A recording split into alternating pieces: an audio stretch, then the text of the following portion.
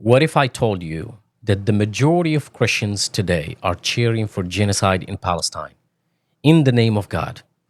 That churches are waving Israeli flags while Palestinian children are buried in the rubble? Not because they hate Arabs or Muslims, which they actually do, but because they believe this is God's plan. Let's talk about the disturbing theology of Christian Zionism.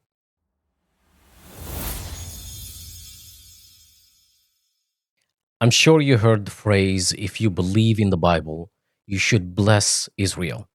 I will bless those who bless Israel and curse those who curse Israel. This is a fake Bible verse after all. It is the single most quoted verse, and it is not in the Bible. The closest we come to this verse is in Genesis chapter 12, verse 3, where God says to Abraham, I will bless those who bless you, and whoever curses you, I will curse. And all the peoples on earth will be blessed through you.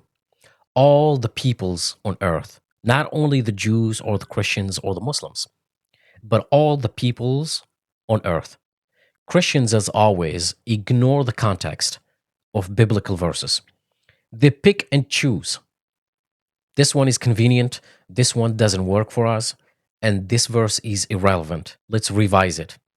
At any rate, God is telling Father Abraham, hey, I am not a racist tribal God. I will bless all the peoples. See, Father Abraham had many sons. I am one of them, and so are you.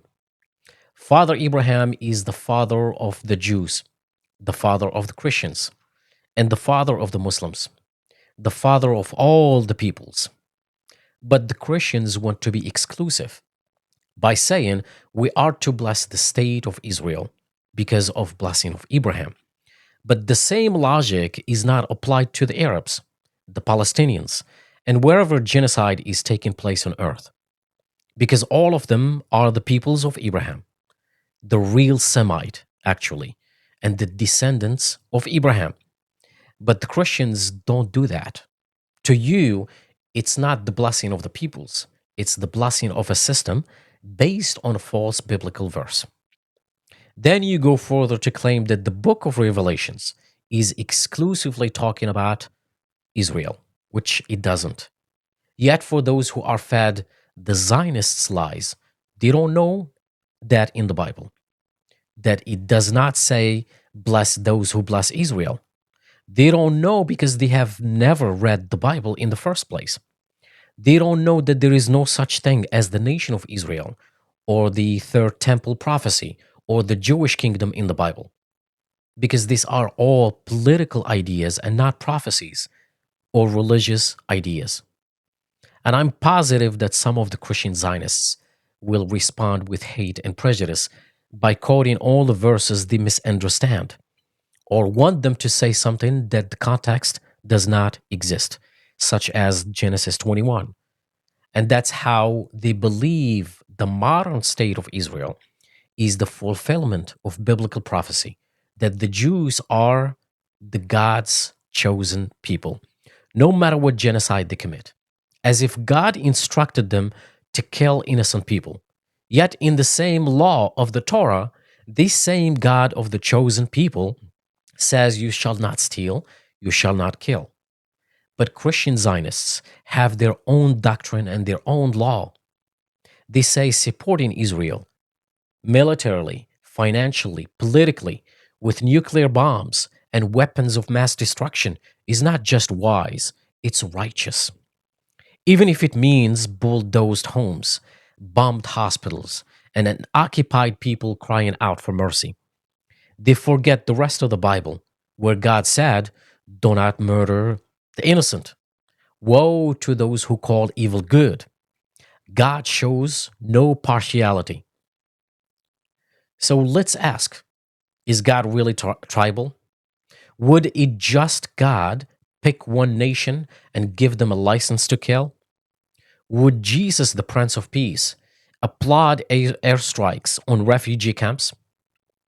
Christian Zionism forgets something fundamental. Jesus never taught nationalism, tribalism, or allegiance to a flag or system. He didn't carry a sword for ethnic conquest. He carried a human heart.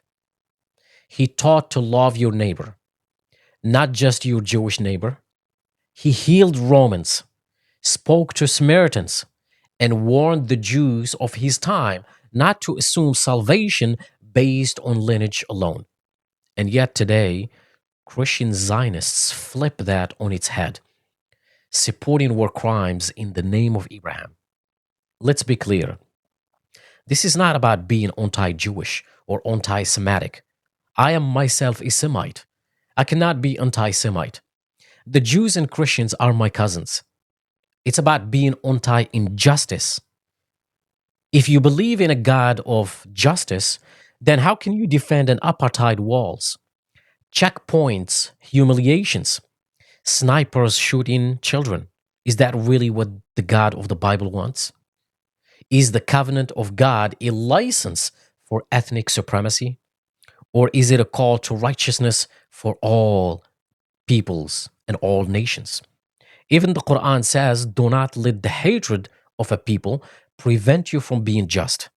Be just. This is closer to the righteousness.